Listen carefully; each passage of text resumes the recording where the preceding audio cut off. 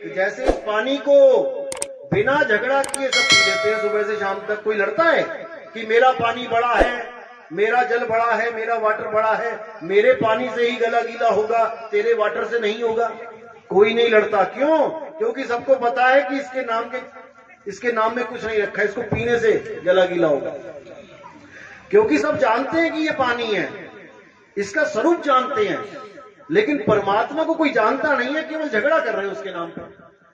अल्लाह बड़ा है, वाहेगुरु बड़ा है, गॉड बड़ा है। भैया देखा है कभी? कितना बड़ा है, कितने फुट का है, कितने इंच का है? कभी नापा है उसे? बड़ा कैसे हो गया?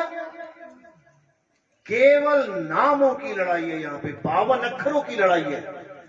तो कबीर साहब कहते हैं 52 अक्षर जीव आधारा, आदि अक्षर जी भ्यास न्यारा, वाही को सत सिमरण कहिए, सिमर सिमर नर उतरो पारा। इन 52 अक्षरों की लड़ाई को खत्म कर दो, छोड़ दो। कोई भी नाम जपते हो छोड़ दो। अब पूछो गुरु से कि क्या है तुम्हारे पास? मैं नाम नहीं जपूंगा, मैं कान वाला हूं, मैं सुन सकता हूं, तुमने मुझे नाम दे दिया। मैं बहरा होता तब तुम क्या नाम देते? यानी परमात्मा बहरों को नहीं मिलेगा। अगर तुम बहरे होते, सुन ना सकते, तो कौन सा मंत्र लेके आते गुरु से? अगर तुम अंधे होते, कई लोग अंधे चेलों को नाम नहीं देते, कहते तुम गुरुजी को देख नहीं सकते, तुम उनका ध्यान कैसे करोगे भाई? अरे गुरुजी का ध्यान करना है क्या? मैं पानी लेने गया था कि मुझे पानी मिल जाए दुकान पे, और दुकानदार कह रहे तुम अंधे हो, तुम्हें पानी नहीं मिल सकता। अरे भाई मेरी आंखों से और इसका क्या लेना देना? मेरे मुंह में पानी डालो, मैं पानी लेने आया हूं, मैं तुम्हें देख के क्या करूंगा? क्योंकि सब भगवान बनना चाहते हैं, सब गुरु परमात्मा बनना चाहते हैं कि मेरी शक्ल का ध्यान करो। मैं लेने आऊंगा तुम्हें लास्ट में, अंत समय में। उनसे जाके एड्रेस पूछ लेना अपना कि बाबा जी मैं आया हूं, मुझे एड्रेस बताओ मेरा कहां से हुए। तुम मुझे अंत समय में लेने आओगे, तुम्हें पता तो हो कि एड्रेस कहां पे है। तुमसे आधार कार्ड ले लेके छापते हैं वहां पे कि ये फलाना इस गांव से आया है, उसका एड्रेस यही है। तुम क्यों मांग रहे हो जब तुम ही लेने आओगे? तुम बताओ मैं कहां से आया हूं। तो ऐसे मूर्ख बनाते हैं ये लोग। अब करना क्या है आपने? कबीर साहब क्या कह रहे हैं? 52 अक्षर लोक त्रय, सब कुछ इन्हीं माही, और ये आखर खिर जाएंगे, वो आखर इनमें नहीं। वो परमात्मा का असली नाम इन 52 अक्षरों में नहीं है। जो नर पड़े 52 के चेहरा, सो नर जानो काल के चेहरा। एक बाबा जी ने काल बना दिया सीमेंट का बड़ा सा, उसमें सरिये सी वो लगा दी, जंजीरें, कि हमने काल को पकड़ लिया। अरे भाई काल को समझते हो? काल क्या चीज है? मृत्यु का नाम है काल। जो कहते हैं रावण का काल कौन था? राम था। कंस का काल कौन था? कृष्ण था। तुम काल को कैसे पकड़ सकते हो? तो साहिब कह रहे हैं आखिर वो काल के दूत कौन है? जो नर पड़े 52 के फेरा, सो नर जानो काल के चेहरा। जो भी गुरु तुम्हें 52 अक्षरी नाम देके ये कह दे बेटा अंत समय तक जपते रहना, जपते रहना, जपते रहना, वही काल का दूत है। जब 52 का टूटे डोरा, सहजे छूटे काल झकोरा, फिर नहीं आए फिर नहीं जाए, उस सार शब्द में रहे समाये। उसके बाद सार शब्द में तुम्हारा वास होगा, तुम सदा सदा के लिए इस जन्म मरण से न्यारे हो जाओगे। तो बचने का एक ही रास्ता है, मनुष्य चोले में बच सकते हो, सार साधना करके बच सकते हो। उसके लिए क्या करना पड़ेगा? पहले इन 52 अक्षरों को जान की तरफ कि ये 52 अक्षर क्या हैं। यही काल का जाल है। जब से इंसान ने ये मंत्र जंत्र जपने शुरू किए, तब से ये परमात्मा से दूर है। इसलिए साहिब ने बिल्कुल साफ बोल दिया कि तंत्र मंत्र सब झूठ है, छोड़ दो इनको। अब करना क्या है? पानी पानी जप के छोड़ के पानी को ढूंढना है। पानी कहां है? मोह को कहां ढूंढे रे बंदे, मैं तो तेरे पास में। अब तुम्हें अपनी आत्मा का ज्ञान चाहिए कि मेरी आत्मा क्या है, और जो गुरु आत्मज्ञानी होगा वो तुम्हें आत्मा करा देगा कि बेटा ये है आत्मा, यहां पे है आत्मा, तो अपनी आत्मा का सिमरण कर। और जैसे ही आप धीरे धीरे धीरे धीरे आत्मा को जानने लग जाओगे, आप शरीरों से न्यारे होने लग जाओगे। आपको समझ में आने लग जाएगा कि मैं शरीर नहीं हूं, मैं लड़का नहीं हूं, मैं लड़की नहीं हूं।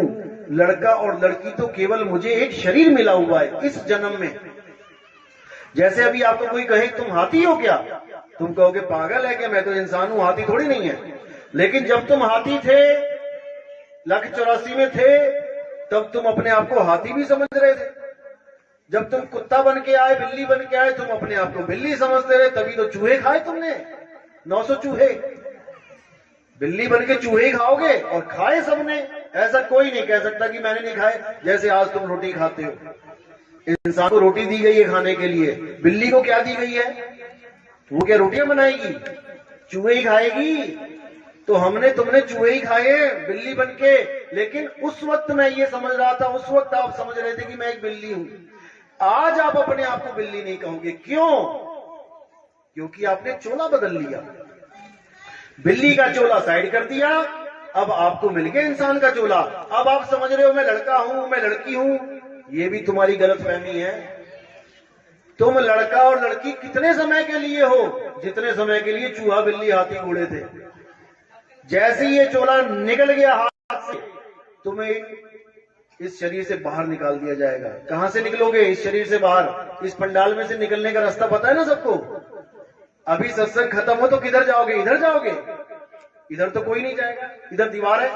कहां से आए थे? उधर से आए थे, उधर ही जाएंगे सारे। तो इस शरीर में कहां से आए थे और कहां से जाओगे? कभी विचार किया? इस शरीर को जब छोड़ के जाओगे, आपने देखा कई लोग मर जाते हैं, तो कहां जाते हैं वो, कहां से निकलते हैं? वाणी क्या कह रही है? 9 द्वार से जीव जब जाता, 184 में भरमाता। 9 दरवाजे कौन से? 2 कान के छेद, 1 2 3 4 5 6 7 और लैट्रिन बाथरूम 2 9। यही 9 दरवाजे हैं।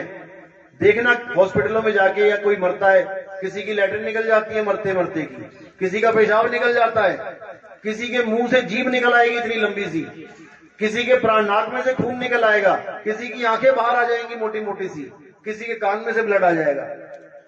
ये 9 दरवाजों में से निकाला जाएगा तुम्हें, और किसी को नहीं बख्शा जाएगा। चाहे वो हिंदू है, मुसलमान है, सिख है, ईसाई है, कोई फर्क नहीं पड़ता। अब तुम आए किस दरवाजे से थे? इस शरीर में घुसे कहां से हो तुम? क्योंकि तुम आत्मदेव हो, तुम कोई शरीर नहीं हो। शरीर तो तुम छोड़ जाओगे ऐसे ही।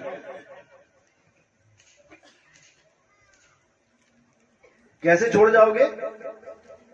जैसे एक आदमी था, किसी के घर गया, उसको कुछ पैसे उधार दिए हुए थे। उसके घर गया तो उसका लड़का दरवाजे में बैठा हुआ था। उसको पूछा पापा कहां हैं? उसने कहा पापा सो रहे हैं, अंदर लेटे हुए हैं। उसने देखा अंदर चारपाई पे लेटे हुए थे। तो वो कहता चलो सोने दो, मैं कल आऊंगा। वापस चला गया। अब कल आया, अगले दिन आया। अब लड़के से पूछा पापा कहां है भाई? तो पापा जी जमीन पे लेटे हुए थे, बिस्तर पे कल थे और आज जमीन पे लेटे थे।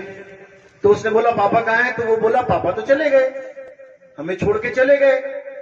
तो वो कहता कहां चले गए? वो लेटे तो हैं, पे लेटे थे, आज नीचे लेटे हैं, तू कह रहा छोड़ के चले गए।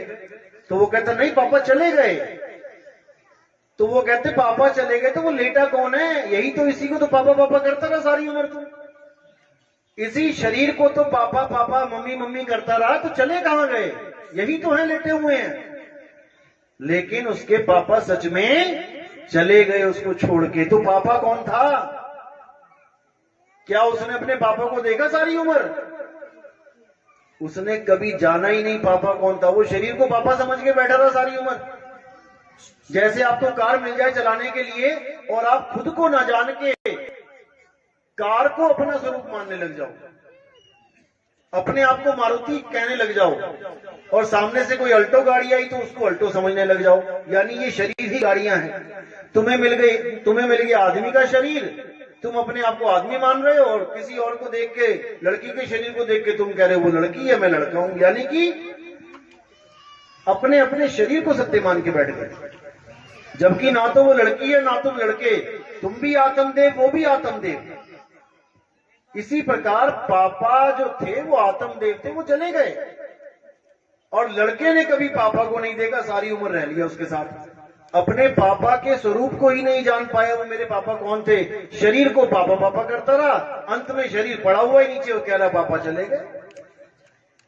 बस यही समझना है, हम और तुम आत्मदेव हैं, हम शरीर नहीं है। शरीर तो केले के छिलके की तरह यहां पड़ा रह जाएगा।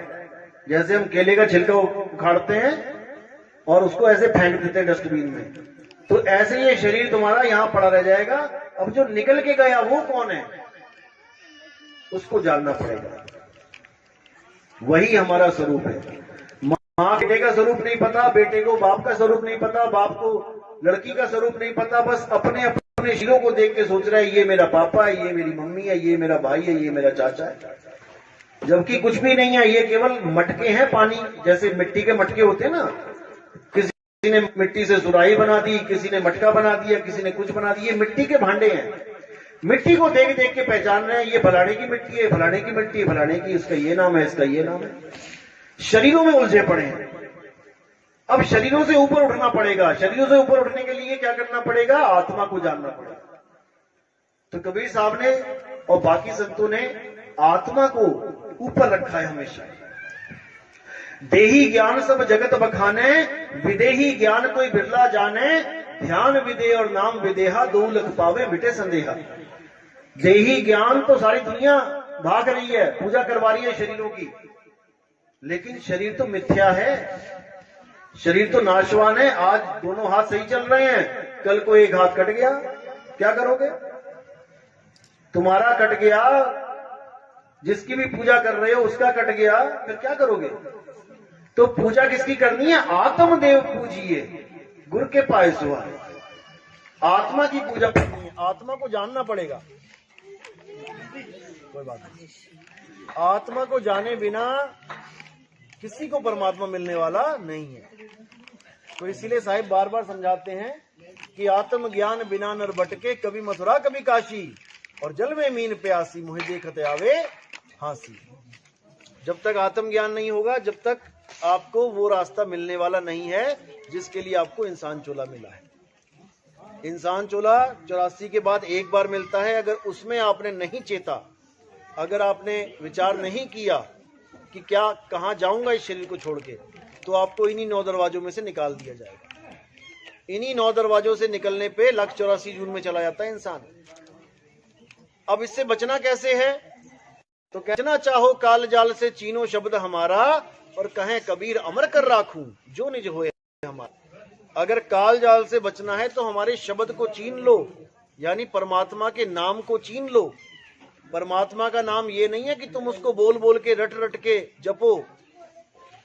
परमात्मा का नाम है जिसको कोई जप नहीं सकता, उसमें सूरत लगानी है केवल।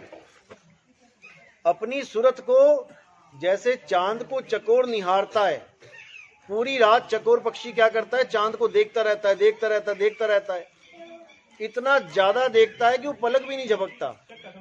बस ऐसे ही हमारी जो सूरत है उसको शब्द में ऐसे रमा देना है हमें। शब्द यानी कि परमात्मा, ना कि कोई मंत्र। तो साहिब क्या कह रहे हैं कि जब तक तुम्हें शब्द का भेद नहीं मिला, जब तक तुम मंत्र ही जपते रहोगे, और मंत्र जपते रहोगे, कोई नाम जपते रहोगे, तब तक तुम्हारी मुक्ति होने वाली नहीं है।